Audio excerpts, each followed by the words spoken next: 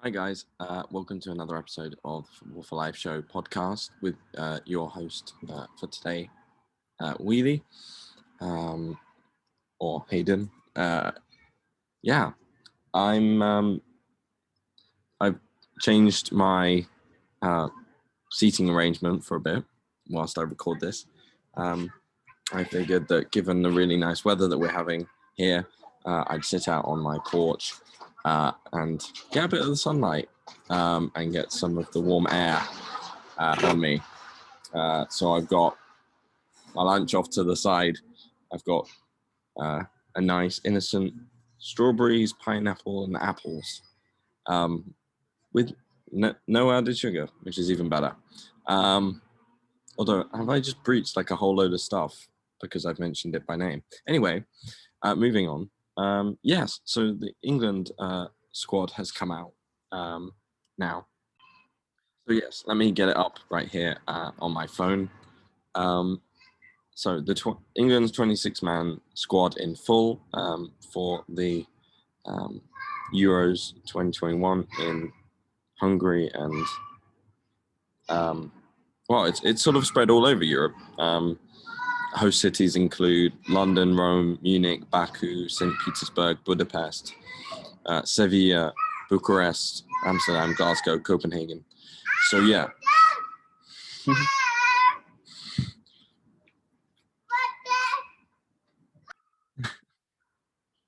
Oh, sorry about that, everyone. Some people from my building or a nearby building just walked past, and the daughter's like, "I don't care." But that's brilliant. So yeah, the Euros kicks off this Friday and will go until the 11th of July. So it's an incredible month of football, as we always get hyped for every year, or every 2 years, and then every 4 years for the for the World Cup. And yeah, I know there was like a whole load of questions about this 26-man squad, and I'll read these off, and then we can get into the discussion of some of those issues, right? Notably Trent and things. So the full squad is right here. So goalkeepers, Gareth Southgate has chosen Dean Henderson of Man United, Sam Johnston of West Brom, Jordan Pickford of Everton. For defenders, he's picked John Stones of Manchester City, Luke Shaw of Manchester United, Harry Maguire, also of Man United, Trent Alexander-Arnold, Liverpool. Thank God. I'm so freaking glad he picked him. It'd be so silly if he didn't. Kyle Walker of Manchester City, to be expected. Tyrone Mings from Aston Villa, Reece James from Chelsea, Connor Cody, which is an interesting pick, although I do think he's always earned it. From Wolves, Ben Chilwell of Chelsea, and Kieran Trippier, of course, who's just won the league with Atletico Madrid. Midfielders. In that case, yes. Ben Chilwell, don't forget, and Reece James are both Champions League winners. Midfielders, Mason Mount, Chelsea, Champions League winner. Declan Rice, West Ham, who's had a great season. I mean, West Ham have just absolutely bossed it this year. They don't have too many good seasons. They are very hit and miss. They, as we all know, they win here and then they'll go and lose 2 more after, and then they might take points off Man United and then they'll lose the next game. Yeah, very erratic, but he's shown a consistent level of performance both this season and sort of since he's broken into that first West Ham team. He's been doing it for a number of years. Jordan Henderson has made the squad as well, which is absolutely incredible. I mean, he's our club captain on a personal level, and he's a nation's captain. I think he leads both on and off the field.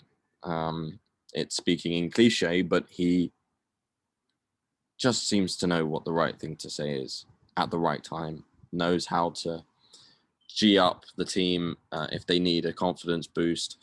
And he knows also how to calm people down if we're getting excited, if we're getting ahead of ourselves, if the occasion gets really big. We've seen him do it in Champions League finals. We've seen him do it in Premier League, some of the bloodiest battles going for titles in the Premier League. especially in the title win this season. Yeah, I mean, yeah, without him, I think there was a very real possibility of, not necessarily making. I mean, yes, the entire team in the title winning season was incredible, but I think having Jordan in that team, that squad, to mediate how people are feeling and to lower expectations when needed and raise expectations when desired was invaluable. I mean, just it goes without saying. Plus, he's also has a ridiculous engine and has a ridiculous passing range, and to have him even possibly fit, it's a no-brainer. Jude Bellingham from Borussia Dortmund. Now, of course, since this news came out yesterday, Jude Bellingham has kind of lit up the Liverpool world a little bit. He started, it goes out to a tweet that basically Steven Gerrard, it was a compilation video of Steven Gerrard's passing range, I think. And basically Jude Bellingham was liking and sharing it and making comments on it about just sort of very comments of adoration, basically. And it's kind of whipped up the whole a large portion of the Liverpool fan base thinking, "Oh my God, could we go for Jude Bellingham? No, that would be so cool. He's had such a meteoric rise, and he's only 17 or something. I mean, this could be an absolute breakthrough tournament for him. I mean, we've seen him have an incredible season with Dortmund. He seemed to adjusted to that country, to that league so well. With the likes of having Gio Reyna in that team and having Haaland in that team. But I've seen him play maybe a couple of times in friendlies for us. And he looks really good. I like seeing compilation videos of him, and he looks like a really tidy player. And I think he could bring something really dynamic and new to the England team, because most people don't know him. He's a 17-year-old, right? People know the name. They know he came, if they're really in tune with football, they'll know that he came from Birmingham. They'll know that he was so good that they retired his number when he left. But I think the scale of his talent, people don't know it yet. Maybe he himself doesn't even know it, but he seems to be a very confident guy. And it seems to have been that not only did he go to Germany with, already a level of self-belief and skill and physicality that the German league, because in some of its games can be incredibly physical, has really helped him develop. And then Calvin Phillips of Leeds completes that midfield selection. And, I think it's really interesting. I personally don't know a lot about this guy. I'll hold my hands up. I haven't watched much of Leeds this season. Obviously, they beat us or drew with us. And my mind's going blank. In that incredibly bad run that we went on, with that deflected goal at the end from Llorente. But I've heard other fan channels and other media pundits talking about this guy, and he seems to be a really hard-working midfielder. This probably sounds really surface level. Sorry, guys.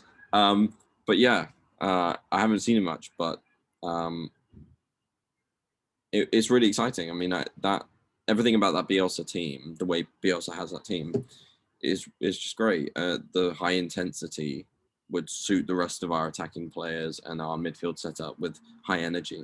The fact that that team is built on pressing, and having a player like Calvin Phillips who can do that, again, just gives us more options, more experience of working in those models.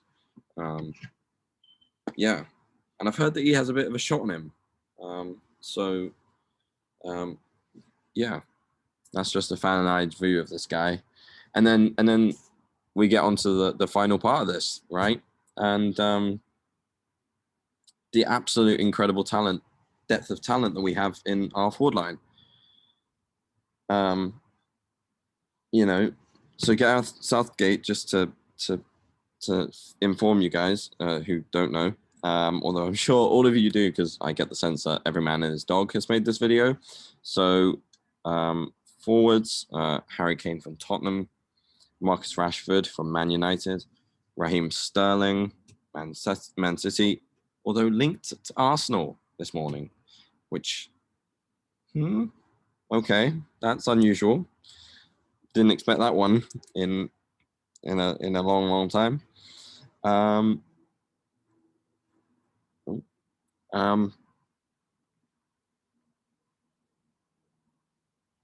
Dominic Calvert-Lewin from Everton, he's earned it. I mean, this guy has been getting better and better each season.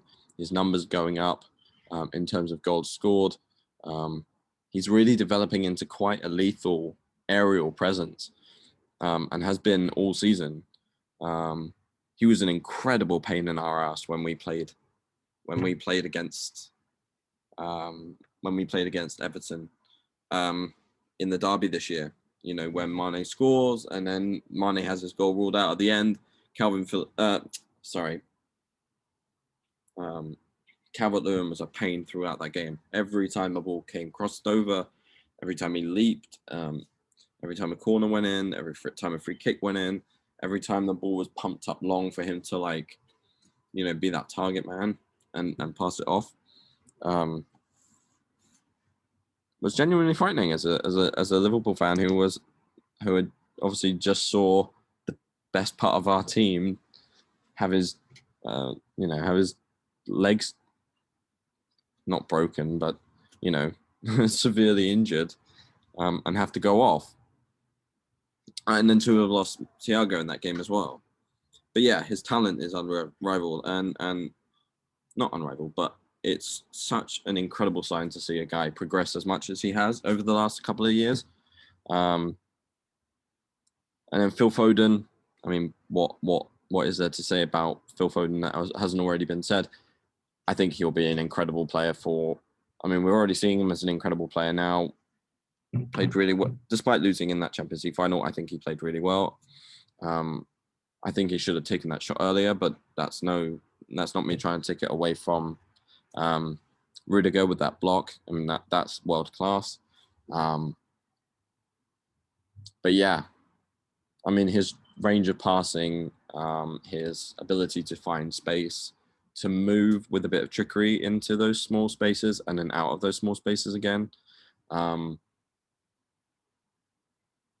He's just great dribbling as well. Absolutely welcomed addition to the attacking aspect of our game. And then the talent just keeps going. Jack Grealish, Jadon Sancho, and Bukayo Saka from Arsenal. Now, I've got to say, I was really hyped for this guy. There were rumors quite early on that Liverpool were trying to get him on a pre-contract, and then and that discussions with him and Arsenal for a new one had gone on for quite a while. And the Arsenal fans were starting to get tetchy about, oh my God, is he going to leave? Why haven't we signed him yet? Why haven't we tied him down long term? Well, he's been tied down to a long deal now. And I think it's well worth having him in the team. Great going forward. Really exciting left wing back.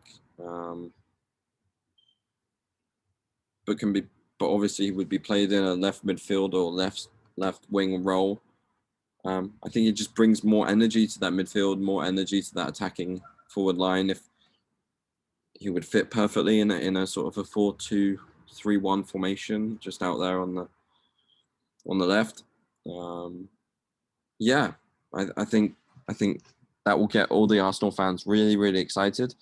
And he's an exciting talent, that's what you want to see at these tournaments. You want to see youth. You want to see that youthful exuberance manifest itself in not worrying about making a forward run, not worrying about pulling off a trick, not worrying about trying to beat two men. all of these make. I mean, football is a naturally exciting game anyway, because of all those reasons. But at tournament time, it gets ramped up even more, right? We've seen it over the years, whether it be Ronaldinho, whether it be, Ronaldo, Cruyff at different tournaments. It's always Van Basten's incredible goal that Ivan Toney almost did a recreation of the other week. But yeah, there's football comes alive when people are free to embrace that trickery, and I think Bukayo and people like Foden do that. And I think Grealish does that to another extent, and it's good to see him in there. And yeah, starting your now the BBC have an option to do build your own starting 11, and I'm a bit intrigued by this. So you can pick the formation that you want, and then you put the people in. Now I will do this myself. Here right now, you can see it on camera. But what I want you guys to do as a moment here is, grab your phones, grab your laptops, whatever. Go onto this page and fill in your own formation and squad for our first game. And put in the comments of this video what that formation is, what that squad is, and why you've picked certain people.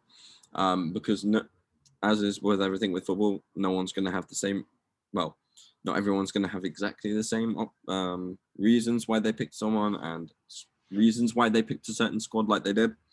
So it would be really nice to get a good discussion going if you guys could do that. Or even if you don't want to use the website, just put your ideas for the squad down. Yeah, it'd be really, really good to see what your ideas are going forward and why. And the sun's come out again. Yay. Yeah.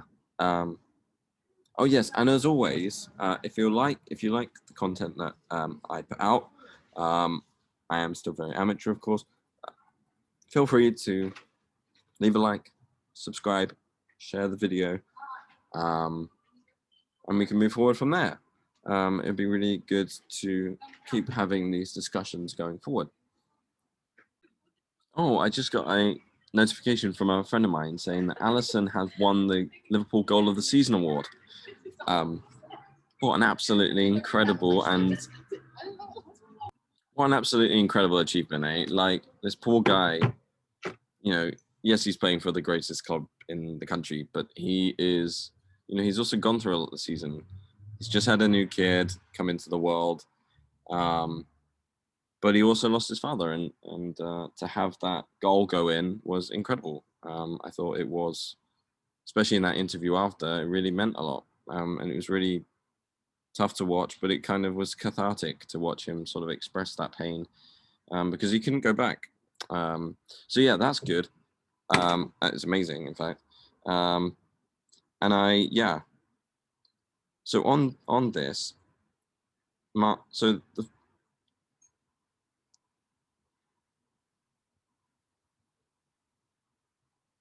So there are a few other things that we need to discuss. So just on the squad that we went through, Liverpool fullback Alexander-Arnold is one of 4 right backs, while injured Jordan duo Harry Maguire and Jordan Henderson are both included. This is the BBC reporting. Boss Gareth Southgate had to cut 7 players from his provisional list. Mason Greenwood withdrew through injury, with Jesse Lingard, Aaron Ramsdale, Ben White, Ben Godfrey, James Ward-Prowse, and Ollie Watkins all left out. Those last 2 really do shock me. Ward-Prowse is great from set pieces. Like, having someone with that free kick talent would be immensely helpful. Yes, we got far at the World Cup because of Trippier's ability, Trent's availability, things like that. Now, I would have even more problems with James Ward-Prowse's absence if we didn't take a Trent. Because, yes, James Ward-Prowse is great on free kicks, but Trent is as well. And Trent is, he has that in his game, but Ward-Prowse has that as almost a number one facet of his game. So, yeah, good to have Alexander-Arnold back. And yeah, it's tough to see that like so many players have come out through injury. Don't think Aaron Ramsdale would have been good enough to go into the squad anyway. Ben White would have been a debutant, but he, again, don't think he's had enough run of games at a high enough level. Yes, he's been in the Prem, but again, I don't think like you need experience playing for some of the top clubs. And sometimes that can be really bad because sometimes you can have a really great season with not one of the big clubs, like Jack Grealish, but I think Grealish is an exception to the rule. And I think Ben White's a bit slow, not gonna lie. Ben Godfrey, yeah, he's an Everton player, right? I wasn't exactly thrilled. Yeah. Southgate said on this, I think every squad selection is difficult because we have a lot of talented players in this country, and actually we do. For the first time in years and years and years, we have a team where it's not, say, top heavy or bottom heavy, right? We have consistent talent all the way through the squad in a range of different positions. When we had the golden era, right? We had Frank Lampard, we had Paul Scholes, we had Gerrard, but it was all in the centre of the park. You didn't have the same quality necessarily in the defence or goalkeeper for that matter, or goalkeeper that's it's not particularly helpful because I don't think we actually have a very good goalkeeper right now. I don't think Pickford is the best one. I can't believe that Nick Pope or Tom Heaton didn't get picked to be at least part of the provisional 26-man squad. Yeah. Yeah. Southgate went on to say, the most difficult thing, again from the BBC, this time is not being able to take part players who have been with us in previous matches and are such good professionals. So I know what a disappointment it is for them at this moment not to be going to a major championship. And yes, they will be very gutted by that. It's like the highlight of a career for all of these players. Alexander-Arnold's involvement makes the cut, and as he looks to add to his 12 England caps, the last of which came against Belgium in the Nations League last October. Trent has missed the past 7 internationals, but will contest a starting place with Chelsea's Champions League winner Reece James, Kieran Trippier, who won La Liga with Atletico Madrid, and Kyle Walker, Premier League champions Kyle Walker. Liverpool skipper Henderson has been out of action since February with a groin injury, whilst United captain Maguire missed the last 4 league games of the season and the Europa League final following ankle ligament damage. Southgate added, the most complex part has been those injuries and whether we should take the chance on people. Players like Hendo, I'm shortening that, and Harry Maguire not being quite where they are normally are. With the experience that they have, we think we can get them into a point where they have an involvement in the tournament and it's worth taking them, especially as we have an extended squad of 26. So perhaps we'll just end here. I've been going on for a little bit. Fundamentally, who did England play this month? And I'll just do this and then I'll sign off. The tournament was delayed by a year because of the coronavirus pandemic and will begin on the 11th of June. With the final taking place at Wembley on the 11th of July. Southgate will get the chance to assess his picks in 2 friendlies against Austria on Wednesday and Romania on Sunday. Both matches will take place at Middlesbrough's Riverside Stadium. Southgate said Lingard, Ward-Prowse and Watkins were given the option to go home after missing out on the final squad, but chose to remain for the final for this week's friendlies. He added that White, Godfrey and Ramsdale knew beforehand that they were being part of the provisional squad in order to gain experience. The Three Lions begin their Euros campaign against Croatia on the 13th of June, followed by a huge match against rival Scotland on the 18th of June, and rounding off Group D against the Czech Republic on the 22nd of June. All of England's group games will take place at Wembley Stadium. They'll also have the chance to play a last 16 tie at home if they win their group, with both semi-finals and the final also being held at Wembley. So there you go, guys. That's my thoughts on the provisional 26 England squad. Let me know again what you think in the comments. Like, subscribe, share if you like the content, and I'll see you all soon. Bye-bye.